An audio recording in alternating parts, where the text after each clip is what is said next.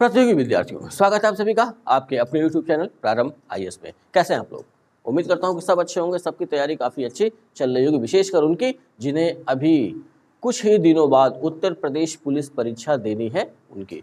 और तैयारी को ऐसे ही गतिशील बना के रखिए जब तक कि आपकी परीक्षा हो नहीं जाती। आज की वीडियो क्लास की बात करें तो आज की वीडियो क्लास में संदर्भित है करंट अफेयर्स की श्रृंखला को, और इसके तहत हम 14 महत्वपूर्ण करंट अफेयर्स देखेंगे जिसमें होंगे कुछ व्यक्तियों के नाम क्यों चर्चा में रहे ये हम देखेंगे, और वहीं कुछ करंट संदर्भित हैं राष्ट्रीय महोत्सव से संदर्भ में, कुछ राष्ट्रीय सम्मेलनों के संदर्भ में, कहाँ इन सम्मेलनों का आयोजन किया गया, क्यों किया गया, इसी के संदर्भ में पूरी वीडियो क्लास होगी। पीछे की करंट की वीडियो क्लास की बात करें तो पीछे मैंने आपको 4 करंट की वीडियो क्लास दे रखी है। जिन लोगों ने ना देखी हो प्लेलिस्ट पे जाए, वहाँ पे मैंने करंट अफेयर्स 2024 नाम से एक प्लेलिस्ट बना दी है। उसमें जो भी करंट अफेयर्स पढ़े हैं 24 के वो पूरा आप देख डालिए। निश्चित रूप से परीक्षा में वहाँ से प्रश्न आपको देखने को मिलेंगे। तो चलिए देर नहीं करते हैं, आज की वीडियो क्लास की शुरुआत करते हैं। तो आज का अपना पहला करंट है एक राष्ट्र एक चुनाव पर उच्च स्तरीय समिति की रिपोर्ट। ठीक है, पहला तो ये समिति का गठन किसने किया, तो गठन राष्ट्रपति द्वारा किया गया, ये ध्यान में रखिएगा। ठीक है, दूसरे क्यों किया गया, तो जो सत्ताधारी दल है यानी कि जिसकी भारत में सरकार है भारतीय जनता पार्टी, जिसके मुखिया है नरेंद्र मोदी जो प्रधानमंत्री के तौर पर आसीन है, तो मंत्रिमंडल का ऐसा कहना है कि अगर चुनाव एक साथ करा लिए जाए, चुनाव का मतलब कि हमारे यहाँ देश में 2 आम चुनाव होते हैं, एक जिसे हम कहते हैं लोकसभा का चुनाव और दूसरा जो राज्यों में होता है जिसे हम कहते हैं विधानसभा का चुनाव, जिसमें आम जनता सीधे प्रत्यक्ष तौर पर मतदान करती है। तो यहाँ ये कहना है सरकार का कि अगर एक साथ हम करा लेते हैं लोकसभा और राज्यों की विधानसभाओं के चुनाव तो इससे सरकार पे बोझ कम आएगा खर्च का। ठीक है, तो उसी संदर्भ में एक समिति बनाई गई और उस समिति का नाम दिया गया एक राष्ट्र एक चुनाव पर एक उच्च स्तरीय समिति। ध्यान ये रखना है कि इस समिति का अध्यक्ष किसे बनाया गया, तो इस समिति के अध्यक्ष बनाए गए श्री रामनाथ कोविंद जी। और आपको पता ही होगा द्रौपदी मुर्मू जी के पहले वही भारत के राष्ट्रपति थे, यानी पूर्व राष्ट्रपति श्री रामनाथ कोविंद इस समिति के अध्यक्ष थे। और चर्चा में क्यों आई, क्योंकि इसकी रिपोर्ट प्रस्तुत की गई 14 मार्च 2024 को, और ये रिपोर्ट श्री रामनाथ कोविंद जी ने सौंपी वर्तमान राष्ट्रपति द्रौपदी मुर्मू जी को। ठीक है, अभी इतना ही ध्यान में रखना है, इतने से काम चल जाएगा। अगले करंट पे है, अगला करंट है वैश्विक आध्यात्मिकता महोत्सव 2024।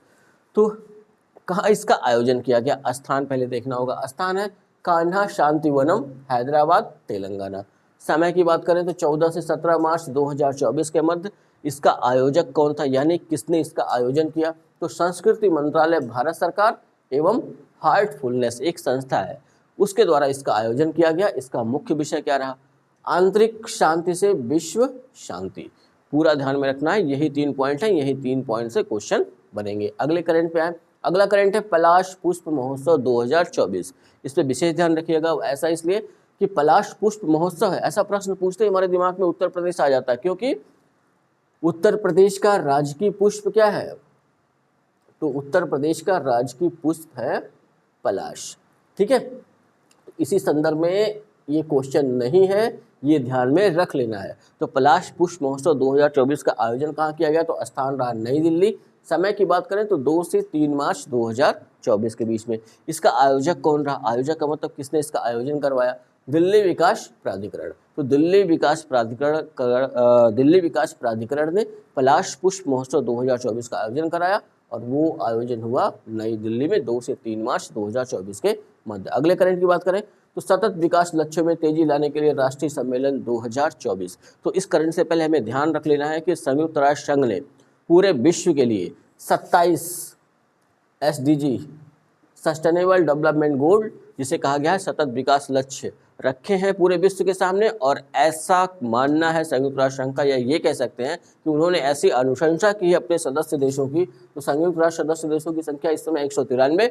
ऐसी अनुशंसा की है कि वो 2030 तक ये 27 जो सतत विकास लक्ष्य हैं उनको पालें, जैसे स्वच्छ जल की सबको उपलब्धता हो जाए, शिक्षा की उपलब्धता हो जाए, गरीबी कम हो जाए। ऐसे ही 27 गोल उन्होंने बनाए हैं जिन्हें कहा गया है सतत विकास लक्ष्य।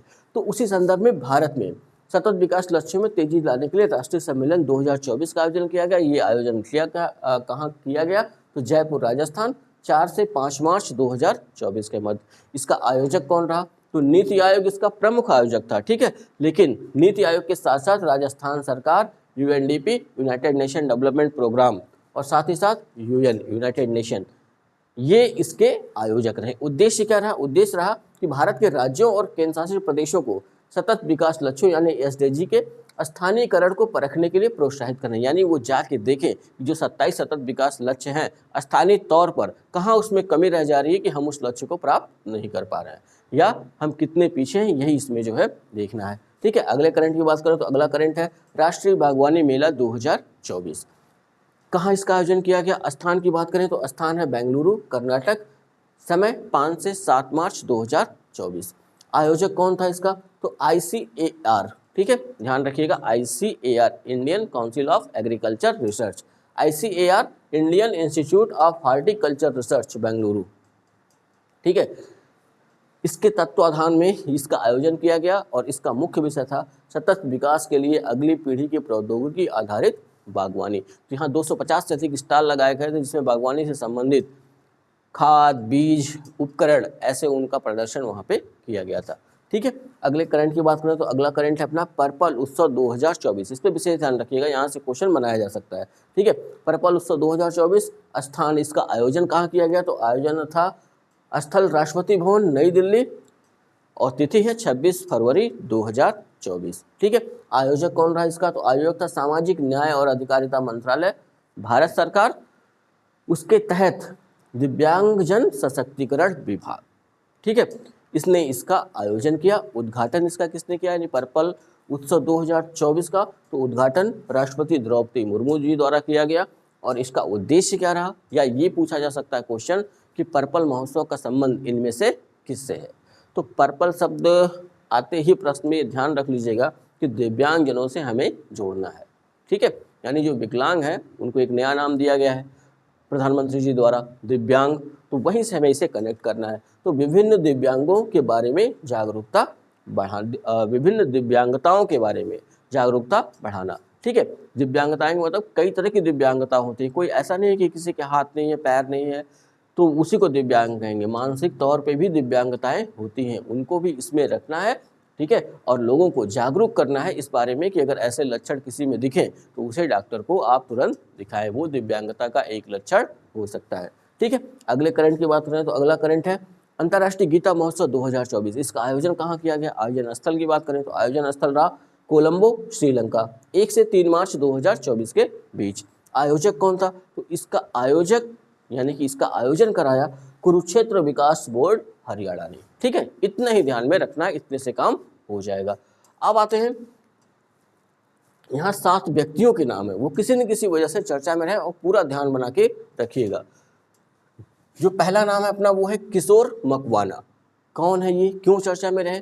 तो ध्यान रखिए कि राष्ट्रीय अनुसूचित जाति आयोग के नए अध्यक्ष 11 मार्च 2024 को बनाए गए, ठीक है। इनका कार्यकाल होगा 3 वर्ष। और इसके पहले कौन थे, यानी किसका स्थान इन्होंने लिया? तो विजय शांपला का स्थान इन्होंने लिया। और ये भी ध्यान रख लेना है कि राष्ट्रीय अनुसूचित जाति आयोग एक संवैधानिक संस्था है और अनुच्छेद 338 के तहत, ठीक है, इसकी व्यवस्था हमको देखने को मिलती है। जिन जिन की चर्चा संविधान के अनुच्छेदों में हमें मिलती है उन सबको हम कहेंगे संवैधानिक संस्था, ठीक है। तो 338 में ये व्यवस्था की गई है कि 338 में राष्ट्रीय अनुसूचित जाति आयोग की व्यवस्था की गई है, ठीक है। तो ध्यान रख लीजिएगा, वर्तमान में राष्ट्रीय अनुसूचित जाति आयोग के अध्यक्ष किशोर मकवाना, ठीक है। अगला करंट है न्यायमूर्ति अजय माणिकराव खानविलकर। तो कौन है ये, क्यों चर्चा में रहे? तो लोकपाल, ठीक है, लोकपाल के दूसरे अध्यक्ष के रूप में 10 मार्च 2024 को इन्होंने शपथ ग्रहण की। इनको शपथ कौन दिलाएगा? तो शपथ दिलाएंगे राष्ट्रपति। तो राष्ट्रपति द्रौपदी मुर्मू जी ने इन्हें इनके पद और गोपनीयता की शपथ दिलाई। तो लोकपाल जब से भारत में लागू हुआ है तब से 2 ही अध्यक्ष हुए हैं। तो इन्होंने किसका स्थान लिया, यानी वो पहले भी होंगे। तो इन्होंने स्थान लिया पिनाकी चंद्र घोष का, ठीक है। तो यहाँ पे ये ध्यान रखिएगा, पिनाकी चंद्र घोष भारत के पहले लोकपाल थे, या ये कह सकते हैं भारत के पहले लोकपाल के अध्यक्ष थे। दूसरे अध्यक्ष न्यायमूर्ति अजय माणिकराव खानविलकर, ये नाम इस वजह से ध्यान में रखना है। अगले करंट की बात करें तो अगला नाम है आसिफ अली जरदारी।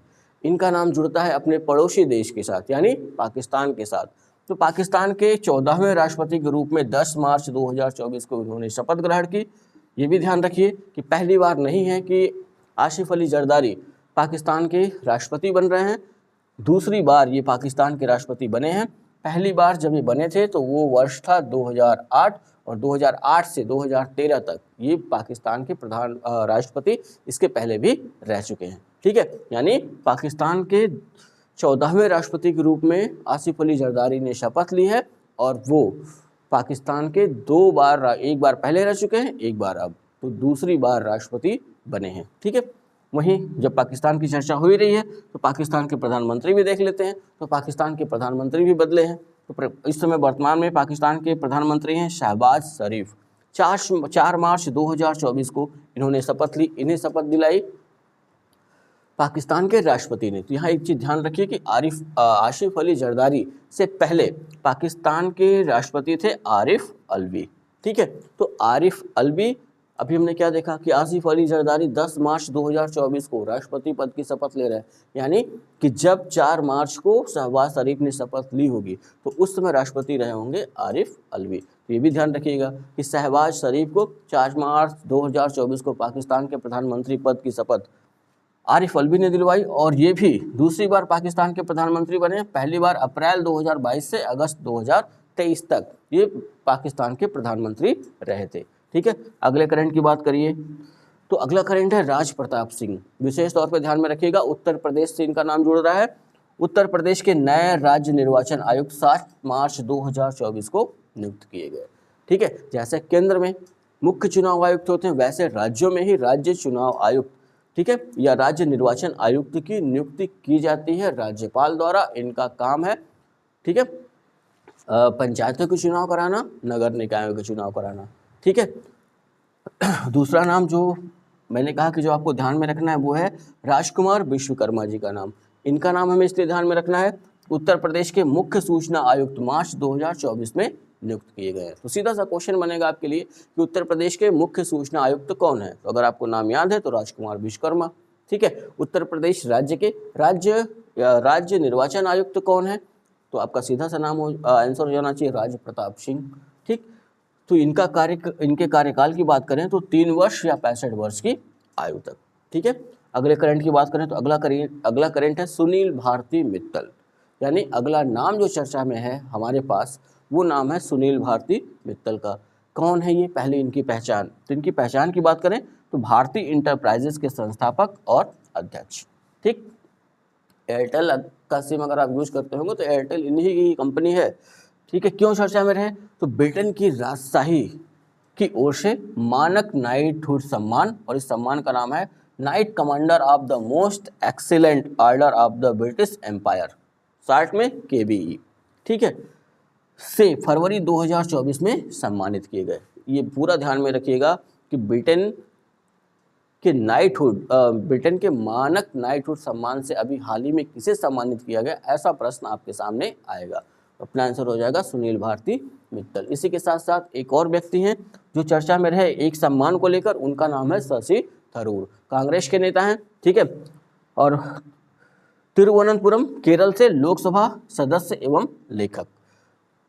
ठीक है, ये ध्यान रखिएगा कि फरवरी का घटनाक्रम है, तो फरवरी के घटनाक्रम के संदर्भ में शशि थरूर तिरुवनंतपुरम केरल से लोकसभा सदस्य थे और लेखक भी हैं। ठीक है, फ्रांस के सर्वोच्च नागरिक सम्मान knight of the legion of honour. ठीक, फ्रांस के सर्वोच्च नागरिक सम्मान knight of the legion of honour से 20 फरवरी 2024 को सम्मानित किए गए। ठीक है, तो ये 2 व्यक्तियों पे विशेष ध्यान बना करके रखिएगा। स्वास्थ्य कुछ सही न होने के कारण वीडियो थोड़ी छोटी है। हाँ, 1-2 दिन में स्वास्थ्य जब थोड़ा और अच्छा हो जाता है तो और भी क्लासेस में जल्दी जल्दी आपको उपलब्ध कराते रहूँगा। ठीक है, वीडियो अगर अच्छी लगी हो तो लाइक करिएगा, शेयर करिएगा, वीडियो पे कमेंट करना ना भूलिए। चैनल को अगर अभी तक आपने सब्सक्राइब नहीं किया तो चैनल को सब्सक्राइब भी कर लें और जुड़े रहें हमारे साथ तब तक जब तक आपको सफलता नहीं मिल जाती। ऐसे ही और ज्ञानवर्धक वीडियो के लिए आपको जुड़ना होगा हमारे साथ। ठीक है, इतना तैयार करिए और अच्छे से तैयार करिए। मिलते हैं नेक्स्ट वीडियो में, तब तक के लिए जय हिंद।